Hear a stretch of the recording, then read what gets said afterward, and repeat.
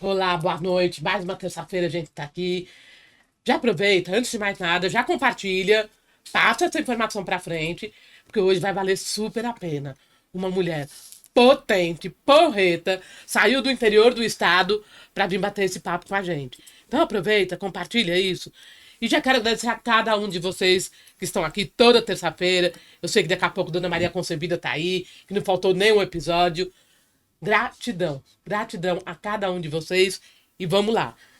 Eu fico sempre feliz quando eu divido a bancada com mulheres, até porque são as mulheres que movem essa máquina, essa energia, enfim. Hoje eu recebo uma mulher que tem construído sua trajetória política com compromisso, militância e haja militância e defesa dos direitos sociais. Nossa convidada é a Meire Silva, advogada, chefe de gabinete da deputada estadual Márcia Lia e pré-candidata a deputada estadual pelo Partido dos Trabalhadores. Uma mulher atuante na política, nos movimentos sociais, Meire chega para uma conversa sobre democracia, participação popular, os desafios das mulheres na política, representatividade e os caminhos para a construção de um Estado mais justo e mais inclusivo.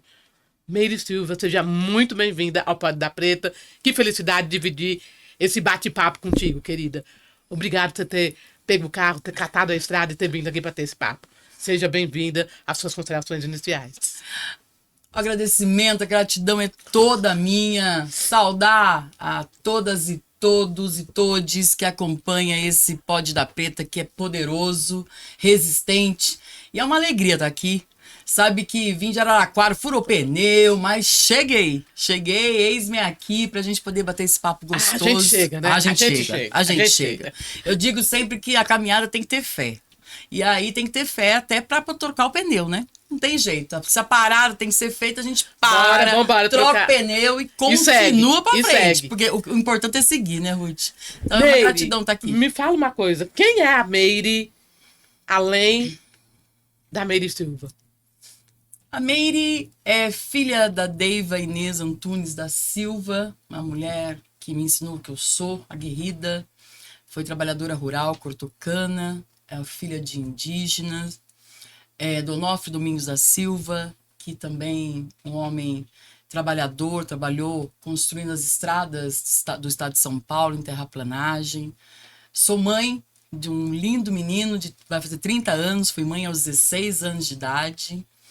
E uma mulher, uma menina que nasce do hip hop, nasce dentro dos movimentos eclesiais de base da Igreja Católica, dentro das pastorais de imigrantes. Você é PT raiz, né? Você viveu raiz. toda... Vivi toda aquela efervescência, né? Dos anos 90, dos anos ali que as pastorais, as SEBs, né? A gente tinha muita formação. Então, essa é a Meire. Meire, você falou agora, a gente tinha muita formação. Às vezes eu fico olhando algumas coisas na internet, alguns comportamentos, enfim, e me parece que falta tudo. Falta bom senso, falta educação, falta formação, falta informação. Aonde você acha que a gente tá errando, Meire? Com essa geração nova, quando se diz de questão política, comportamento social. Eu sempre falo que a tecnologia ela foi ótima. Né? A tecnologia nos avança na saúde, nos avança para que a gente possa cuidar melhor das pessoas, para que a gente possa ter vacinas, para que a gente possa ter curas. Mas a tecnologia também nos traz um grande desafio, que é esse bombardeio de informações e pouco conhecimento. Eu digo que chega muita informação, mas pouco conhecimento, porque o conhecimento você busca. O conhecimento ele não chega. Assim, você não tem como chegar para você um conhecimento. Você vai ter que buscar na tela do seu celular. Ou você vai ter que buscar um livro na biblioteca, mesmo que seja online. Mas para você ter um interesse ao conhecimento, você precisa ter a base de alguém que te estimule a querer aquele conhecimento. E muitas vezes eu vejo, principalmente nas redes sociais, muita coisa que não vale a pena, né? E que está solto. E que às vezes chama mais atenção do que um Pod da Preta, outras coisas no YouTube, outras coisas que também chegam, mas que têm menos interesse, principalmente por essa juventude. Então eu penso que é uma tarefa, sabe? É uma tarefa não só dos partidos, mas dos movimentos, que a gente comece a trabalhar novamente núcleos de base. E aqui não estou nem falando de saudosismo, não estou sendo saudosista. Eu estou dizendo de coisas que deram certo em outras gerações e que nós podemos aplicar nessa geração para dar certo. Eu penso que o hip hop, o samba, o funk, o sertanejo dentro da comunidade, a conversa, o sarau, né, o slam, a gente fazer isso e através disso também fazer um movimento de criar consciência, de criar formação é fundamental. Fundamental. A política tem um papel fundamental nessa questão, né? E quando eu tô falando aqui, não tô falando de política partidária, tô falando de política porque a gente nasce um ser político, o ser humano é um bicho político. O que te leva pra política? Você me falando, eu sou de uma família pobre, de origem pobre. O que te empurra pra política? O que me empurrou para a política foi perceber que se a gente não gostar da política, tem gente que gosta. E eu percebi, estudando na escola Antônio Eugênio Martins, do Jardim América, onde era uma escola que nós não podíamos nem fazer a formatura, porque diziam que nós íamos quebrar todo o salão de festa, porque nós éramos todos maconheiros, aquela coisa lá toda. Ali eu percebi que tinham pessoas que gostavam da política e que falavam por nós e que decidiam por nós. Sem nós, né? E sem nós, né? E aí eu percebi também no hip hop e também nas discussões que nós fazíamos que se a gente não começasse a gostar e saber de que forma você participa do dia a dia da política, a gente iria ficar cada vez mais excluídos. E aí a política, ela tem instrumentos, né? Ela tem um partido político, mas ela tem um movimento de moradia, ela tem um movimento por terra, ela tem um movimento por cultura, ela tem um movimento estudantil que debate melhorias para a tua própria vida. E foi a partir dali que eu comecei a debater, porque eu queria sonhar, né, Ruth? Eu queria sonhar que eu poderia sair da onde nós morávamos, eu queria poder ter mais qualidade de vida, eu queria poder fazer uma universidade, eu queria poder dar qualidade de vida para minha mãe, para o meu pai. E eu via que aquilo era possível, mas só era possível, não era só trabalhar. Não era só ter um bom emprego. Porque muitos trabalharam, meritocracia, muitos trabalharam e não deu, né? E não deu. Então não é essa história, não eu preciso trabalhar para conquistar. Não é só. É também ter oportunidade. Quem tem que dar oportunidade é o Estado, que está no comando do orçamento. Desse orçamento que é público e que tem que chegar, sabe para quem? Para nós que sonhamos. Sonhamos com universidade, cultura, esporte e lazer. E foi aí que eu entendi que o espaço era a política, e aí a política partidária, os movimentos, enfim, acho que é isso. A gente vive num país machista, racista, misógino. Não dá mais pra gente falar que não é tapar o sol com a peneira, como dizia minha mãe.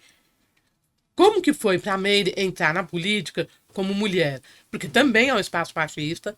E eu tô falando aqui muito à vontade, porque eu também tô dentro do espaço partidário, enfim.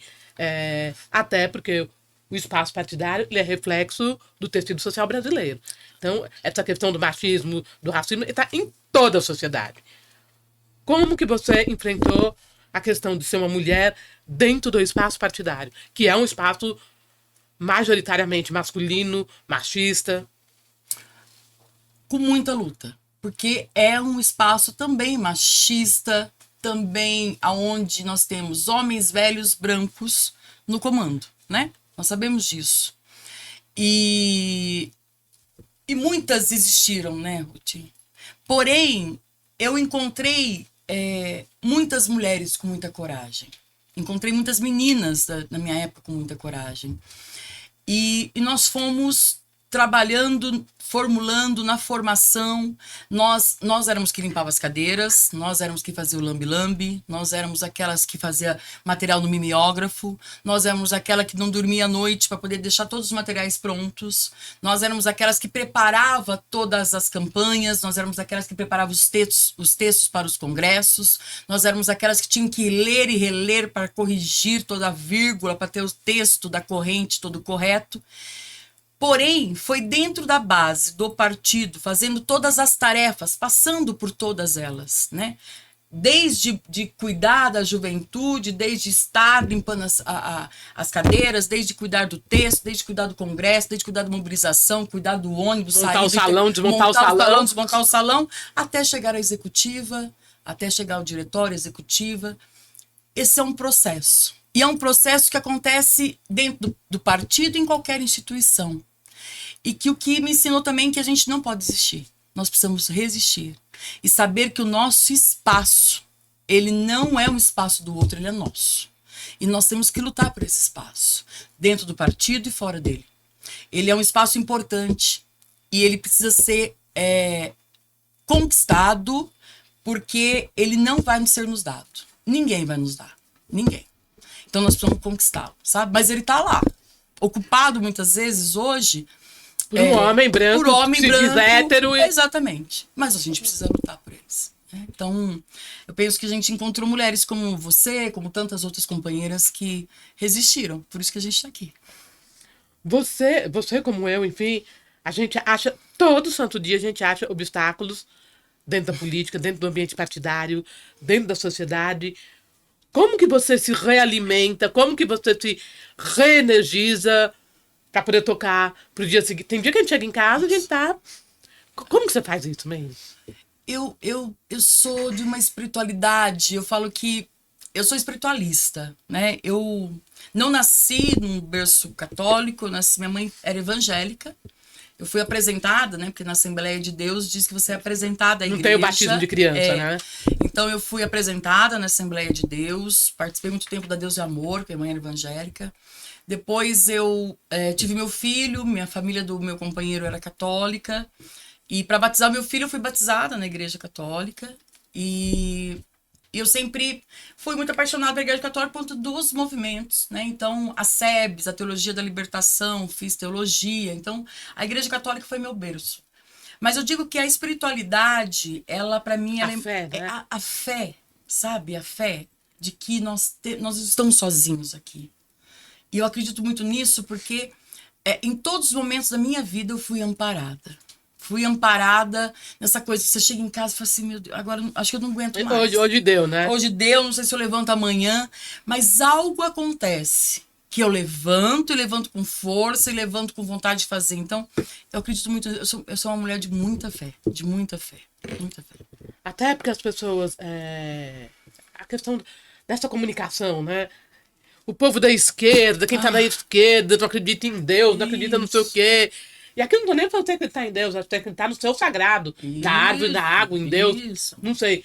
Mas você tem essa informação fake, né? Eu não vou nem falar fake, mentirosa, porque a gente tem de fake news e tem gente que não sabe nem o que é, enfim, que é mentira, né, May? Mentira. E, Ruth, assim, eu tenho dito muito isso onde eu vou. As pessoas estão mentindo. Muita mentira nas redes sociais, muita mentira também olho no olho. Tem muita gente que tem a cara de pau de olhar no seu olho e mentir. Pau de mentir. E assim, como eles não têm como debater a política pública de qualidade, não debate a educação, a saúde, a cultura, a tecnologia, não debate a melhoria de vida das pessoas, eles querem fazer um debate conosco sobre moral e costumes. Que é um debate rasteiro, porque perpassa por uma sociedade que tem na sua base uma cultura que não consegue ainda, nós não estamos ainda no momento onde a gente consegue debater de fato a sexualidade, a questão de gênero. Não estamos preparados para essa conversa, né? A sociedade não está, porque nós somos uma sociedade ainda criada numa base patriarcal, numa base da branquitude, numa base ainda muito racista, porque nós escravizamos e ainda a gente não olhou para nós. Nós não rompemos. Nós não rompemos com a ditadura. A gente não teve coragem de dizer que o Brasil teve uma ditadura, Ruth. Então, assim, e aí eles querem fazer um debate sobre moral e costumes, porque é um debate onde a sociedade pega, aonde dói naquela mulher que não consegue falar sobre isso. Não consegue falar sobre sexualidade, não consegue falar sobre o filho que é gay, A filha que é lésbica ou que é trans e ela precisa viver com isso, mas ela tem vergonha porque ela tem uma sociedade que a condena. Tem uma sociedade que condena a mulher preta usar o teu cabelo black. Tem uma sociedade que condena a mulher querer chegar no poder ou usar um terno e querer estar ali como deputado, como vereadora, como prefeita. Nós somos condenadas por isso. Então, esse debate que eles fazem e que violenta essa sociedade, ela é muito, mas muito, muito, muito perigosa. E aí eles mentem. Eles mentem, colocam em cima de nós coisas que são mentiras. E que nós precisamos falar sobre isso. Nós não podemos ter medo. Sim, eu tô falando exatamente, porque Né? é uma mulher que tá sentada aqui na minha frente que tá falando de fé, de casa, de Isso. filho, disso e daquilo. E eles pintam uma outra mulher, né, de esquerda, né? Exatamente. É totalmente Totalmente diferente. o oposto do que você tá se apresentando, enfim. Que não ama a família, que não cozinha, que não gosta de fazer um carinho no marido, no companheiro, se tiver ou se não tiver, que não gosta de ter filhos. Não é verdade. Nós mulheres somos mulheres. Não é verdade, Ruth? É tão cruel que eles passam essa imagem dessa mulher progressista. Você falou uma coisa muito importante. Eu não sei nem se as pessoas ainda conseguem entender o que é ser progressista. É isso. Ah, o fulano é progressista, nossa, nem vou. Entende? Porque é um peso, é um peso tão grande na palavra por conta da moral, dos costumes, sabe aquela coisa? E fica pesado. Fica pesado para aquela mulher que sai pela manhã para fazer faxina e deixa suas 3 filhas pequenas em casa com a roupa arrumada para ir para a escola ao meio-dia.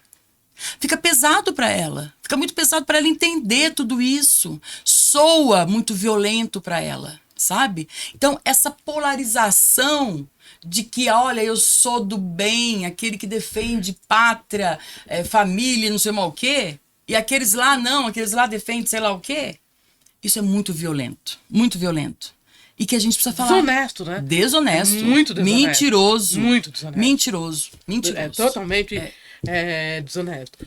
Você tá me falando que você é uma mulher com casa, cachorro, papagaio, filho, cozinha, vai ao mercado, Mãe. trabalha, mãe, enfim. E que tá na política aí desde os 16. Desde os 13 anos. Desde os 13. Fazendo militância, fazendo Isso. política, fazendo política Isso. partidária. Porque só agora você decidiu ser pré-candidata. Pois é. A minha militância me ensinou muito.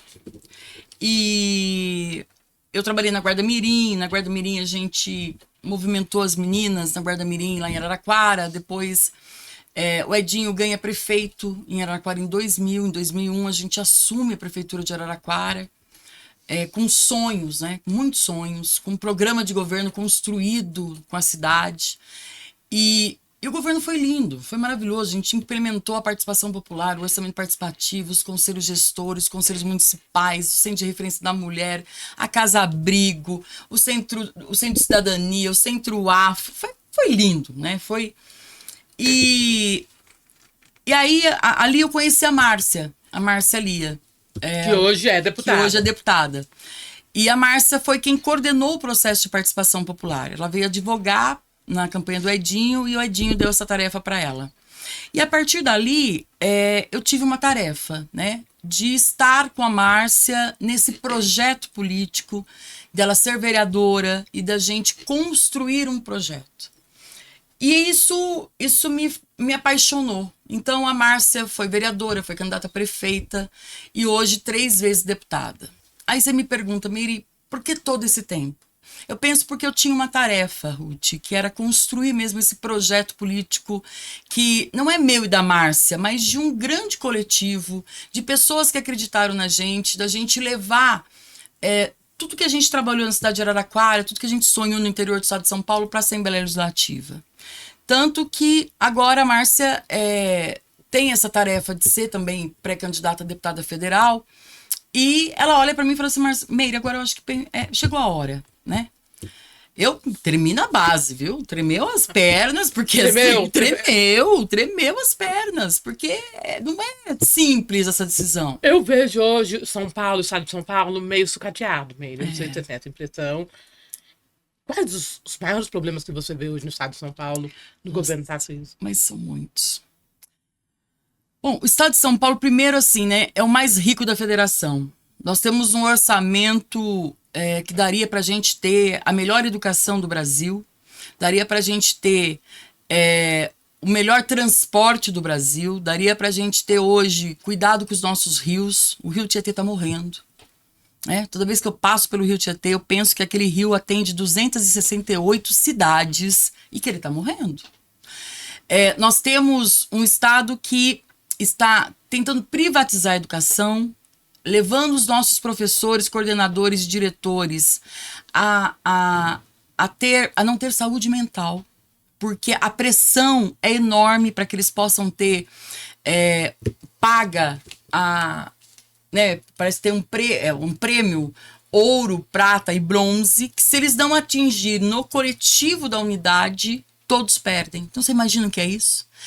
Eu sinto eles dentro de um Uma pressão, uma panela de pressão. Né? Entendeu? Então, assim, eles estão doentes. Eu tenho ido em escolas que tem professor falando assim, eu não aguento mais. Eu vou ter que pedir licença. Outros já pediram.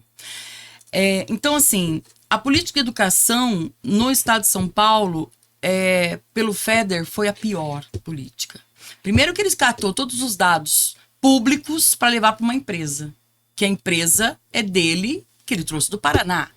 Então, o que ele faz hoje, que ele gesta pelo aplicativo, que é uma plataforma que ele implementou no Paraná. E ele trouxe para o estado de São Paulo e utilizou de dados que eram nossos, públicos, porque essa rede já estava formada. E aí ele se utiliza disso para implementar um plano de educação que é para privatizar. Porque nós temos alunos hoje de 9º ano que não tem história, filosofia, porque ele implementou o novo ensino médio. Quem opta por... Da cabeça dele, né? Da cabeça dele. Mas quem opta por ter técnico, por exemplo, agro, você não tem história, não tem filosofia, não tem sociologia. Como que você faz o Enem? Como que você presta o Enem? Como que você presta o Enem para poder ter o ProUni, né? Então, eu estive em várias cidades, né, que as crianças falam assim, a gente não tem condições de prestar. Porque e essa informação não chega na ponta final. As pessoas não sabem disso. É um absurdo. E assim, a escola integral, porque não é educação integral, a escola integral que ele implementou é depósito de criança. Porque eu fui até lá e não tem atividade. Tem crianças que chegam às 7 da manhã e saem às 16 horas ou 17 horas e tem hora que elas vão dormir porque não tem atividade para elas. Não tem. Porque tem um computador para fazer a leitura do livro que elas precisam fazer porque conta nota. Aí elas têm que fazer, mas são 10 crianças num computador. Como que lê um livro? Ficam lá brigando, né? Agora é minha vez. Não lê. É mentira. Então nós temos adolescentes saindo do 3º ano do ensino médio que não conseguem ler e fazer uma redação. Não conseguem fazer interpretar texto, não vamos nem falar. Não consegue. Mas não é porque eles não querem, é porque eles estão sendo formados para isso. Então, assim, é muito grave o que está acontecendo na educação do estado de São Paulo. Muito grave. E também uma outra questão, que é que ele entregou todas as terras devolutas, né? Só não entregou todas, porque ainda não deu tempo e a gente está com uma luta no STF, as terras devolutas para os grileiros. O Pontal do Paranapanema, ele já entregou o número de assentamentos que nós temos, ele já entregou em terras pelo valor de 70% da terra nua. Então ele está dando de graça para os grileiros. Ele deu. Então, assim, é um governo que não tem compromisso nenhum com o povo do estado de São Paulo. Até porque é um forasteiro. É um forasteiro. Então, ele não tem compromisso nenhum com o povo do estado de São Paulo. Nós estamos vivendo a água, a privatização da Sabesp. É um caso à parte. Gente, acabou com a água do estado de São Paulo. Nós temos 339 cidades, ou 35, se não me engano, que passou por essa privatização, que hoje a água é mais cara e não tem qualidade de água. Por quê? Porque agora tem que ter lucro. mandou embora servidor. São poucos servidores, não tem serviço de qualidade, não tem pessoas lá cumprindo para que a água chegue, para que a água não chegue com barro, para que tenha água, vendo se a caixa d'água tá boa para poder ter água para todo mundo. A água mudou de cor, né? Mudou de cor, mudou de cor. Então, minha amiga, Tarcísio é assim, ele é tudo menos o governador do estado de São Paulo. Não tem mais condições. Se a gente continuar com esse governo, nós não teremos mais condições de cuidar depois, porque ele vai privatizar. Vai devastar isso Ele aqui. vai devastar. O sistema penitenciário está pronto para ser privatizado. A Fundação Casa está pronta para ser privatizada. A Rede de Educação está pronta para ser privatizada, como ele já privatizou a Sabesp. Então, ele tem coragem para isso. E a Assembleia Legislativa está pronta para aprovar. Porque nós somos 93 deputados. E a grande maioria são servidores dele. Tudo que ele pede, eles fazem. Funcionário dele. Funcionário. Ele vai lá, manda assinar, eles assinam. Então, nós vamos mudar essa situação. Porque a gente não pode continuar com a situação no estado, como o estado de São Paulo, né, que pode muito bem caminhar de outra forma. Quando você coloca tudo isso, Meire, como você vê a participação popular nesse processo? O que cabe à população do estado de São Paulo? Então, agora você pega uma coisa que para mim ela é fundamental. Eu penso que a participação popular ela é tudo. Porque as pessoas têm um poder que muitas não conhecem. A nossa organização enquanto pessoas, enquanto cidadãs e cidadãos. É porque você é uma mulher de movimentos sociais, É isso, né? em prol daquilo que nós queremos, tem um poder magnífico. Ele é muito mais poderoso do que qualquer vereador, de qualquer deputado, qualquer governador, de qualquer presidente da República. Nós mudamos a nossa história, se a gente quiser, né? Porque, assim, foram através de movimentos que nós mudamos muitas coisas no Brasil e no mundo. Foi através de movimentos que as mulheres começaram a votar, foi através de movimentos que a gente fez tanta coisa no nosso país. E eu penso que nós precisamos de mandatos, de partidos, de movimentos que comecem a acelerar as pessoas, porque as pessoas perderam, as pessoas não creem mais nas instituições. Mas eu queria até aproveitar esse momento, porque eu penso que as pessoas podem até ainda não ser crédulos às instituições, mas precisam crer em si próprio. Precisa voltar a acreditar em si. Precisa acreditar na sua comunidade, no seu território. No poder do seu voto. No poder do seu voto. Porque assim, eu posso até não acreditar no STF, posso até não acreditar no Congresso, que é uma instituição, mas eu preciso acreditar em mim.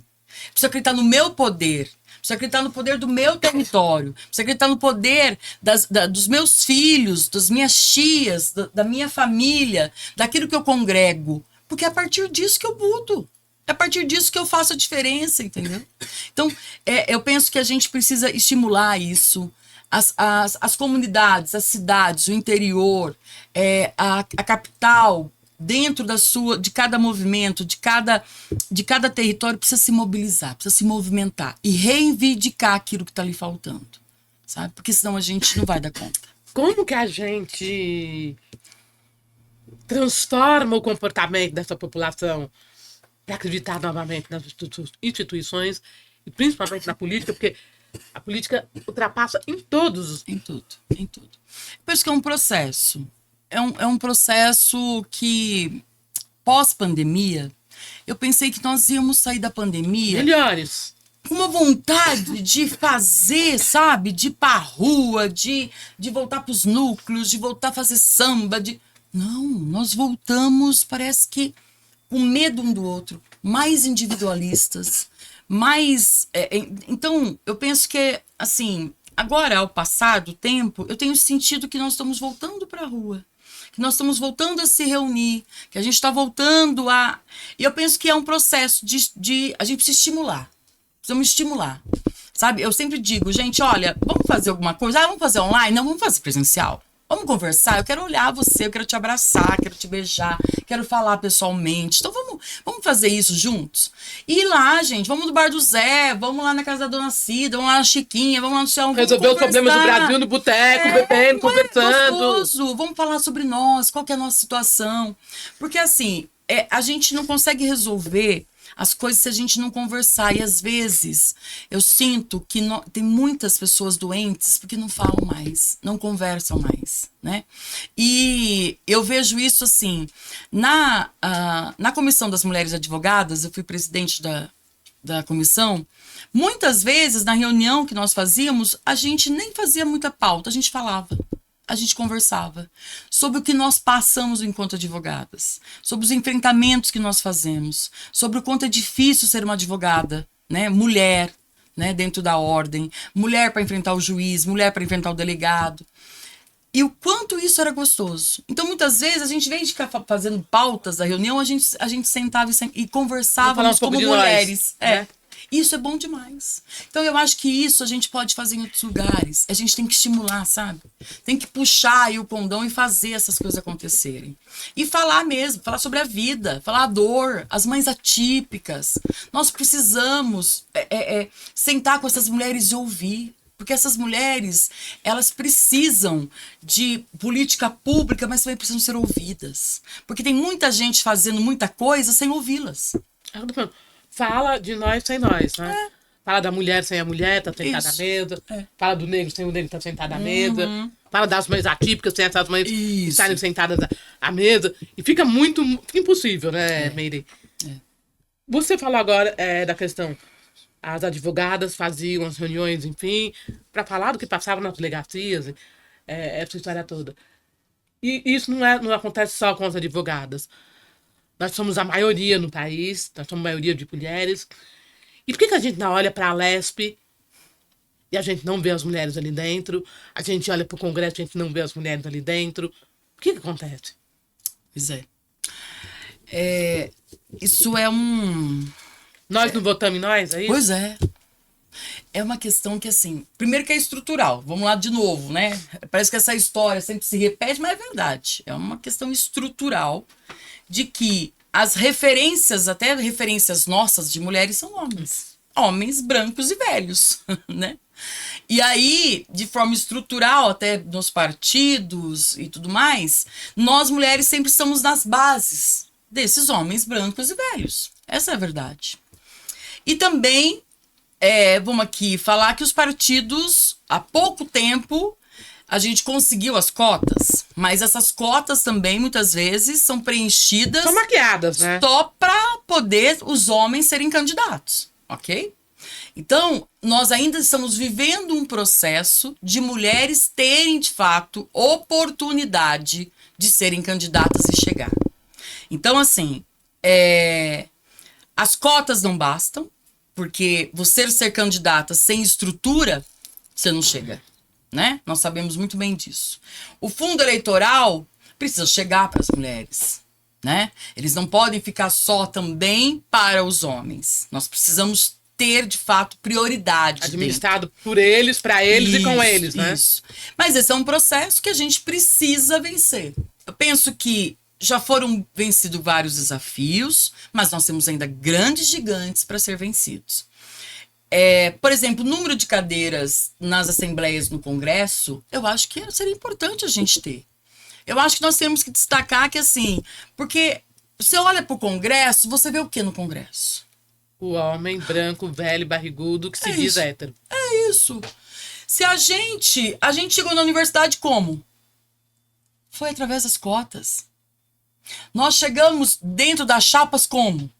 Cotas. Nós temos que ter reserva de cadeira. Proporcionalidade, né? Proporcionalidade. Tem que ter, nós temos que fazer esse debate. Nós temos que fazer. Porque, assim, mesmo nós sendo a maioria da população, nós somos aquelas que nunca tivemos a oportunidade. Então, para nós sempre vai ser mais difícil. Entende? E nós não estamos na máquina, né? Não estamos. E nós estamos cuidando. Somos nós, mulheres, que cuidamos de tudo. Nós cuidamos dos idosos, das pessoas com deficiência, da casa, da igreja, do partido, de tudo. Somos nós que temos essa responsabilidade. Somos nós. Somos nós que temos a responsabilidade de saber que o banheiro está fedido. O homem, aquele que fala sensível, que até divide ali o trabalho doméstico, ele até divide, mas ele não está preocupado que o banheiro está fedido. Ele pode até Ele pode até falar, ó, o banheiro tá pedido tá lá, hein? pedido, ó, mas olha, hoje não vai dar pra ajudar, viu? Ajudar, hoje não vai dar. Então, mas a mulher vai ter que cumprir. Então, somos nós a responsável por tudo isso. Somos nós a responsável pela educação dos filhos. Somos nós a responsável pelos nossos mais velhos. Somos nós os responsáveis de cuidar de todas essas coisas. Então, para nós, precisa de reserva. Eu penso que é uma luta que a gente precisa fazer. E aí, reserva de cadeira e reserva do fundo eleitoral.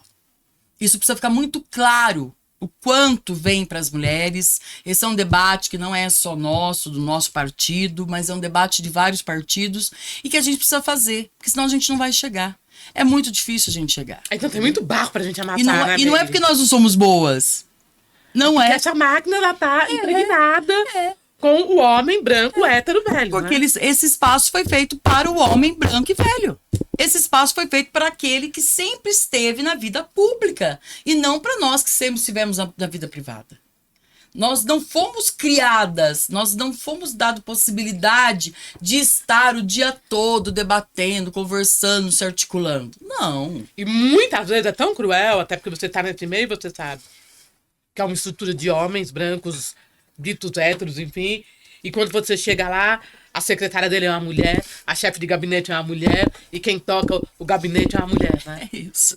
É isso. É impressionante. Impressionante. A maioria, você entra nos grande gabinetes, maioria são mulheres. são mulheres. Exatamente. Então, assim, talvez a gente saia errando na síndrome do espelho quebrado, que as mulheres não estão votando nas mulheres. É. Mas posso te falar? Eu tô sentindo algo diferente nessa eleição. Você acredita na renovação do Congresso Inimigo do Povo? Tô sentindo que Levando isso pras câmeras também? Tô sentindo que quem vai decidir as eleições serão as mulheres. E essas mulheres que têm visto o feminicídio crescer, essas mulheres que têm visto as delegacias não serem 24 horas, não serem aos finais de semana, que têm conseguido entender um pouco da política, que têm saído desse círculo de violência, têm ido para o mercado de trabalho, têm ido lá para a igreja, têm ido para a sua comunidade, eu acho que essas mulheres, elas vão decidir essa campanha. E eu penso que muitas das mulheres, e também homens, vão votar em mulheres. Nós mulheres não queremos guerra. Nós mulheres do poder não jamais decidiríamos por guerra. Na nossa maioria. É claro que existe uma minoria, né? Não estou dizendo aqui, né? Mas assim, a grande maioria de nós mulheres, quando estamos no poder, a gente decide por aquilo que traz paz, por aquilo que traz harmonia, saúde, né? harmonia, que é bom para todo mundo, que a gente consiga fazer uma coisa gostosa, né? Então, a mulher no poder demonstra que, assim, dificilmente ela vai decidir em atacar, em ter arma. Ela vai construir no diálogo. E eu penso que isso tem sido um processo que está chegando. Eu penso e tenho muita esperança que nós teremos mais mulheres no Congresso Nacional, que nós teremos mais mulheres nas assembleias legislativas, nós teremos mais mulheres no Senado, nós temos mais mulheres depois também nas câmaras municipais, nas prefeituras. Então eu penso que é um processo que a gente não pode largar de mão. Eu tenho dito muito isso para as mulheres. Nós precisamos votar em mulheres. Nós precisamos olhar para essas mulheres e votar nessas mulheres, porque elas abrem aquilo que nós podemos ir também. Muitas abriram portas para nós abrimos outras as portas, e aí se arreganham grandes casas. Tem que continuar abrindo, né? E vai abrindo para que outras cheguem, entendeu? Então eu penso que isso é fundamental. Então, esse Congresso Inimigo do Povo, ele nos empurrou para ruas, né? Porque foram tantas as demandas que o povo saiu às ruas, enfim, tal. Você acredita que haverá uma renovação? Acredito. Acredito que pela primeira vez O povo já entendeu as isso. pessoas viram o Congresso Nacional na Globo. Não se via o Congresso Nacional na Globo. Não se falava do Congresso Nacional. Por conta desse sistema misto parlamentarista que eles acabaram inventando por conta das emendas secretas aí e tal, o Congresso tomou conta da mídia, muito mais do que até o presidencialismo. E mostrou como que funciona o Congresso Nacional. E foi uma vergonha, né? Eles mostraram a cara, né? Eu senti vergonha alheia. Era socos, era xingos, era falta de respeito com a ministra que esteve na casa, era falta de respeito com o próprio... eu lembro que o Dino esteve na casa enquanto era ministro de segurança da Justiça ainda. Marina, né? Mas o Dino também, né? A Marina, a gente sabe até por ser uma mulher preta, né? Mas assim, o Dino, um homem, também foi. Então a gente vê que assim, ó, é realmente uma casa que não tem respeito pelas pessoas. Porque assim, você imagina se a gente fosse hoje ter a Constituinte no Congresso Nacional. Fosse construir a Constituição Federal com aqueles deputados. Não ia sair Constituição Federal. Impossível. Impossível, porque ele não consegue escutar o que o outro está falando. Você vê que o deputado está falando ao mesmo tempo que o outro está falando. As pessoas não escutam, elas não param mais para escutar o que o outro, para depois argumentar, para depois dizer o que você pensa. Nas comissões, eu vi gente ali pegando no braço de deputada. Teve uma deputada que saiu roxa. Gente, então assim, as pessoas viram aquele congresso. Esculhambação danada, Não, né? A palavra... um horror. Como que aquilo é representando o povo? Então, eu penso que vai ter uma renovação. Penso e tenho muita fé, mas muita fé que a gente vai renovar o Congresso. Você acredita que povo, nós, povo, estamos preparados para essa... Entendemos toda essa... Porque foi um turbilhão, né, amiga? Turbilhão. Eu não acho, assim, que a gente vai fazer uma grande renovação. Mas eu penso que também não será mais como está posto. Eu penso que nós teremos uma eleição... Mesmo que tímida, haverá uma reação. Uma reação das pessoas que vai levar ao Congresso uma renovação. Nós teremos pessoas novas que nunca foram. Eu penso isso. Eu acho que as pessoas estão à procura de gente que nunca estiveram, que nunca tiveram a oportunidade de se mostrar, mas que as pessoas estão cansadas daqueles que já têm, assim, com todo respeito aos companheiros... 300 anos 300 anos lá na Câmara Federal ou na Assembleia Legislativa, né? E que as pessoas nem conhecem. Então, eu acho que as pessoas... Eu tenho ouvido muito isso, viu? Muito isso. Que as pessoas estão cansadas. A política precisa ser renovada. Os quadros precisam ser renovados. Precisam. Né? Até porque a política é um movimento, né? Um movimento de novas ideias. A sociedade se movimenta, isso, né? A gente tem que ter novas ideias, novas cabeças, né? Eu acho que é isso, né? O que precisa... aliás, vou até reformular a pergunta. Você está como pré-candidata, porque você acredita na sua contribuição para o Estado de São Paulo. Você falou da mulher, você é uma mulher que veio dos movimentos, você é uma mulher progressista, de esquerda. Quais são as suas pautas, mãe? Eu tenho alguns temas, né, pautas que são fundamentais e que, para mim, uma delas, é claro que tudo permeia com a questão de gênero, a perspectiva de gênero, né? Então, as mulheres, elas são transversais dentro de todas as perspectivas de temas que eu pretendo debater na Assembleia Legislativa. Mas a segurança pública é um tema que eu penso fundamental. Não dá mais para que os estados façam segurança pública do jeito que eles entendem que eles querem fazer. A criação do Ministério de Segurança Pública é urgente, né? Nós estamos com a PEC para ser votada. O presidente Lula já disse que, ao votar a PEC, ele cria o Ministério da Segurança Pública. E por que é fundamental, né? Às vezes as pessoas ouvem assim, mais um ministério. Mas não é só um ministério, nós vamos criar o Sistema de Segurança Pública, né? Que é o SUSP, que é o Sistema Único de Segurança Pública. Que, como a educação, como a saúde e assistência, nós teremos um só comando, né? É até legal isso, porque é um só comando. Nós teremos um sistema único, né? Um sistema único, um programa de segurança pública. Porque segurança pública não é só a polícia militar na rua. É também. Mas nós temos a Polícia Civil, a Polícia Científica, a inteligência. Né? A BIM, gente, é algo fundamental que tá lá. Ninguém discute a BIM. Né? A Agência Brasileira de Inteligência é algo fundamental, por exemplo, se o Trump quiser fazer fazer algo para o Brasil, né? Interferir, ter uma interferência no Brasil, é a BIM que tem que ter uma inteligência para poder debater, para poder não deixar isso. Né? Por exemplo, como que entra tanta arma e tanta droga no Brasil? É os meninos pretos da periferia. Não, né, gente? São as nossas barras. É lógico que tá lá, né? A gente, assim, nós temos que ter a Polícia Federal cuidando das entradas do Brasil. Mas para isso tem que ter inteligência, né? Tem que combater a corrupção, porque existe corrupção também dentro da segurança. Então nós temos que ter um processo e um plano de segurança pública para o Brasil. Um projeto para segurança pública. Um projeto.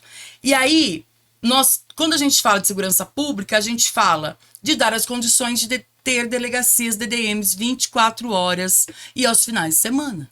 Mas para isso, eu preciso contratar delegada, preciso contratar policial civil, preciso dar carro para ela, preciso dar condições. Eu vou nas delegacias, gente, não tem computador.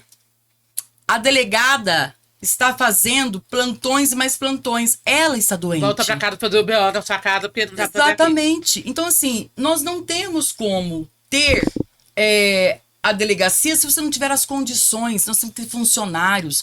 A Polícia Civil está, assim, ó, sem condições de trabalhar. Chateada. A Polícia Científica, então, não existe. A perícia, os peritos estão se aposentando e não estão sendo contratados. Então, gente, nós estamos brincando de falar que nós estamos querendo desvendar grandes crimes. Nós estamos brincando de combate ao crime. O que nós estamos fazendo é matando filho negro de mãe preta da comunidade. É isso que está acontecendo. Porque quem vai preso é o menino preto lá da comunidade. Todas as vezes que eu vou numa penitenciária, a fila é a mesma. É de menino dos 19 aos 32 anos, preto, foi preso por conta que estava no tráfico. Estava com 20 pinos de cocaína, com não sei quantos de maconha, mas o grande traficante, o grande criminoso, eu tenho certeza que O cara das armas, o cara que... Esse daí mora em grandes prédios, no centro da cidade, muitas vezes está fora do Brasil. Mas quem é combatido são eles. Então nós precisamos ter um sistema que de fato combata o crime organizado. Esse que está colocado hoje, desculpa, não é para combater o crime organizado. E vou falar o seguinte, isso é de propósito. Não pense que é por falta de recurso ou de inteligência. É um método, né? Isso é um método, isso é um sistema para que quem morra são esses mesmos. E que o grande crime organizado continue ativo. Então, nós precisamos mudar isso, né? Então, acho que a criação do Ministério de Segurança Pública, ele nos dá, pelo menos, essa condição de ter um único sistema. E nós precisamos também trabalhar com um plano estadual de transporte. Porque muito se fala do transporte, né, da tarifa zero, muito se fala, que eu penso que é fundamental, né? Mas para ter tarifa zero, a gente tem que ter transporte andando. Também não adianta ter tarifa zero, no dia que é tarifa zero, não tem ônibus. Quer dizer, né? É zero porque não tem ônibus. É zero porque não tem ônibus. Então eu já fui em cidades aí que o pessoal fala assim, é tarifa zero, viu, gente? Mas não tem ônibus. Então não é tarifa zero, não tem ônibus. Tem cidades menores que não tem ônibus mesmo, né? Então, esses dias eu tive em Santópolis do Aguapeí, eles tinham apenas como chama isso? Uma transportadora, uma empresa que passava por Santópolis para poder deixar na rodoviária. Deixaram de passar. Então, quer dizer, aquelas pessoas... Não tem nada mais. Não tem nada mais. Não tem nada mais. Por quê? Porque nós não temos ainda um plano... Olha só, o Estado de São Paulo, ele não tem um plano estadual de transporte, né? Então, nós precisamos, porque ainda muita coisa é definida por um decreto de 82, 88, uma coisa assim, que prevê ainda que muitas cidades podem fazer o transporte. Por exemplo, Guariba, a cidade lá perto de Ribeirão Preto, da minha macro. Saem pelo menos 400 empregadas domésticas por dia de Guariba para prestar trabalho em Ribeirão Preto. Sabe em quais condições ela vai? No mesmo ônibus que aqueles parecidos de escolar, sem cinto de segurança, sem nada. Por quê? Se você vai questionar, não, mas é possível, porque no estado de São Paulo prevê que ela pode fazer isso. Nós precisamos mudar. Precisamos mudar, porque assim, dá mais de 100 quilômetros, né? Porque ele roda tudo, e são muitas mulheres, tem mulheres que vai de pé, vai sentado no corredor. Mas isso é não cuidar de pessoas, não ter cuidado com pessoas. Não cuida de pessoas. Nós temos, principalmente no interior do estado de São Paulo, que precisa desse transporte intermunicipal, isso falta demais. Nós temos estudantes que não têm condições de sair de Miguelópolis e estudar na Universidade de Franca ou de Barretos, porque não tem ônibus. Como é que volta à noite? Nós estamos no estado de São Paulo. Então, assim, uma das questões, eu acho que mobilidade, quando a gente fala de mobilidade, que a gente fala do direito à cidade, nós temos que falar de transporte. Quando a gente fala de tarifa zero, a gente tem que ter ônibus. E aí nós temos que rever contratos. Nós temos que rever de que forma tudo isso é contratado pelo Estado, pelos municípios. Temos que regular isso, para que isso seja de fato para ter transporte e dar possibilidade de ter tarifa zero. Não adianta a gente dizer que tem tarifa zero, mas chegar lá não tem o transporte, né? Tem 2 ônibus rodando em 2 horários. Então eu só vou poder andar em 2 horários. Não, tarifa zero é tarifa zero. Você está me falando com as suas bandeiras. É o básico do básico. É o básico do básico. Segurança para essa mulher, mãe atípica, mãe solo, que tá na comunidade, isso, a mãe desses filhos transporte. pretos, transporte. É disso que você está falando. É disso que eu tô falando. Porque parece que nós já alcançamos tudo e não. Nós temos no estado de São Paulo pessoas ainda morando em casas em palafitas, né? Que não tá longe da gente, tá em São Vicente, tá na Praia Grande. São pessoas morando ali, ó, em palafitas. Nós temos pessoas ainda morando debaixo de lona. Nós temos pessoas morando em cidades que não têm esgoto. Então eu estou dizendo que nós precisamos trabalhar o saneamento básico. Nós temos que trabalhar moradia, nós temos que trabalhar transporte, nós temos que trabalhar com políticas transversais, olhando o indivíduo como um todo. A mulher, ela é um todo. Ela precisa de trabalho, de saúde, de educação, Saúde mental. de renda, ela precisa de cultura, de lazer. Ela não precisa só de uma coisa só. Ela precisa do todo. E para ter o todo, a gente tem que olhar o básico. Porque se ela tiver ali uma boa área de lazer, mas ela não tem esgoto, como que ela tem saúde? Ela não tem saúde. Entendeu? Então a gente tem que olhar isso. Você está dizendo o seguinte, que quando eu vejo o seu discurso, que não cabe mais aquele discurso de eu vim falar da economia, Isso. do macro. Porque esse cara não está nem entendendo. Não. Ele está precisando das necessidades básicas, primárias. Primárias. Que é sair daqui para ir para a universidade e ter o ônibus. Exatamente. É ter o esgoto. É ter as condições de sair da lona e ter uma casa. É sair da casa de palafita. É ter as condições de ter uma máquina para poder plantar, para ela não ter que sair do lote dela, porque ela não aguenta mais estar no enxadão, porque ela ficou idosa e o filho foi embora porque não viu perspectiva no campo. São coisas que não adianta o PIB crescer, e portanto, o PIB cresceu, opa, claro, porque isso vai possibilitar um monte de coisa. Mas o PIB cresceu e significa o quê? Lá para que muda na minha vida, 127 assentamentos no Pontal do Paranapanema, que muitos deles, assim, não passam fome, mas não conseguem sair de lá para ir ver um shopping, assistir um cinema, um teatro. Porque não conseguem. Então, nós estamos falando... Nascem e morrem ali, né? Nascem e morrem ali. Porque você consegue produzir e comer. Mas e o além disso? Por que aquele jovem não ficou na terra? E quem que vai produzir comida para nós, esse povo todo sair de lá? Quem que produz comida? São eles. O agro produz milho, soja. Feijão, arroz, gente. Nós queremos comer comida. Arroz, feijão, alface, abobrinha, milho. Gente, é esse povo, é o pequeno produtor. Sim, tô falando de feijão, arroz. É esse povo que produz o peixe. Então, assim, nós precisamos olhar o estado de São Paulo e olhar que a gente pode gastar colocando no orçamento corretamente, olhando esse orçamento regionalmente, olhando as diferenças que nós temos no estado de São Paulo, investindo, né, corretamente, a gente tem coisas que a gente resolve com muita facilidade. Assim, é só ter vontade política. É só, de fato, estar no poder, sabendo o que significa estar no poder. Você está ali para representar as pessoas. Você não está ali para fazer tratar dos seus interesses, porque é isso que acontece hoje, né? É isso. Meri, tô adorando bater esse papo contigo. Eu falo demais, tô amando. A gente tá batendo quase 1 hora aqui. Pois é. E a gente vai se encaminhar pro final, pro nosso Pinga Fogo. Dentro da política, uma mulher que te inspira. Marcelia. Por quê?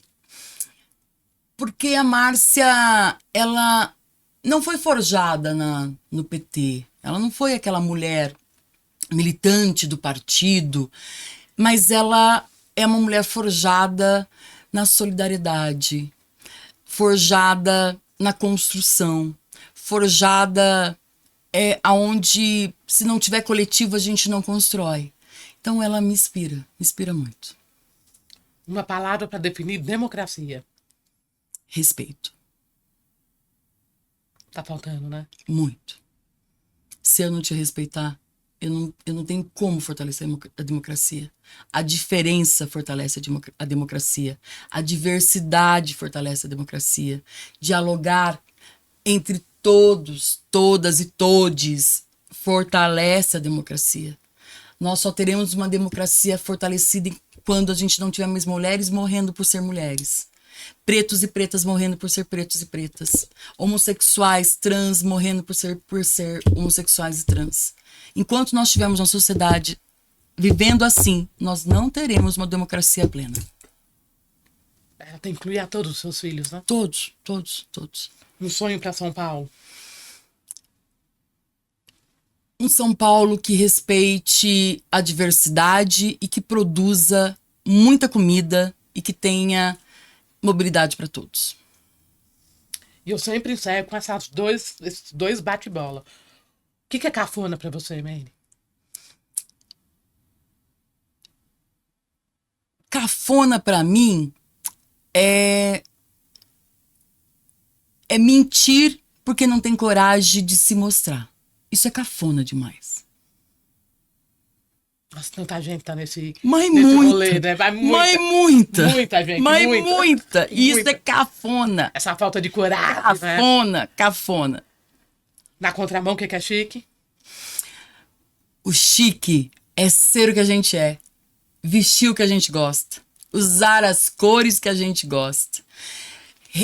Ser real. Ser de verdade. Comer frango com a mão, porque é o mais gostoso, né? Tomar uma cerveja gelada, com os amigos, com bom samba, com bom hip hop. E viver um dia de cada vez, porque a gente não sabe qual é o minuto depois. Isso é chique demais. É porque o mais intenso é esse aqui, né? Nossa. É esse que a gente tá vivendo agora. Esse processo é maravilhoso, que é agora. Meire, muito, muito, muito, muito obrigada pela sua presença aqui no Pano da Preta. Eu acho que foi uma conversa leve, com temas pesados, mas sobre democracia, representatividade, participação política. Super, super, super obrigada. Antes das suas considerações finais, eu quero agradecer a cada um de vocês. Eu sempre digo que dividir a tela no horário nobre é para poucos, hein?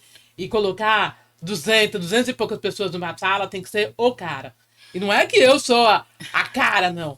Porque cada um de vocês compartilha, manda. Muito, muito, muito, muito obrigada. Como sempre, gratidão e um beijo da preta para cada um de vocês.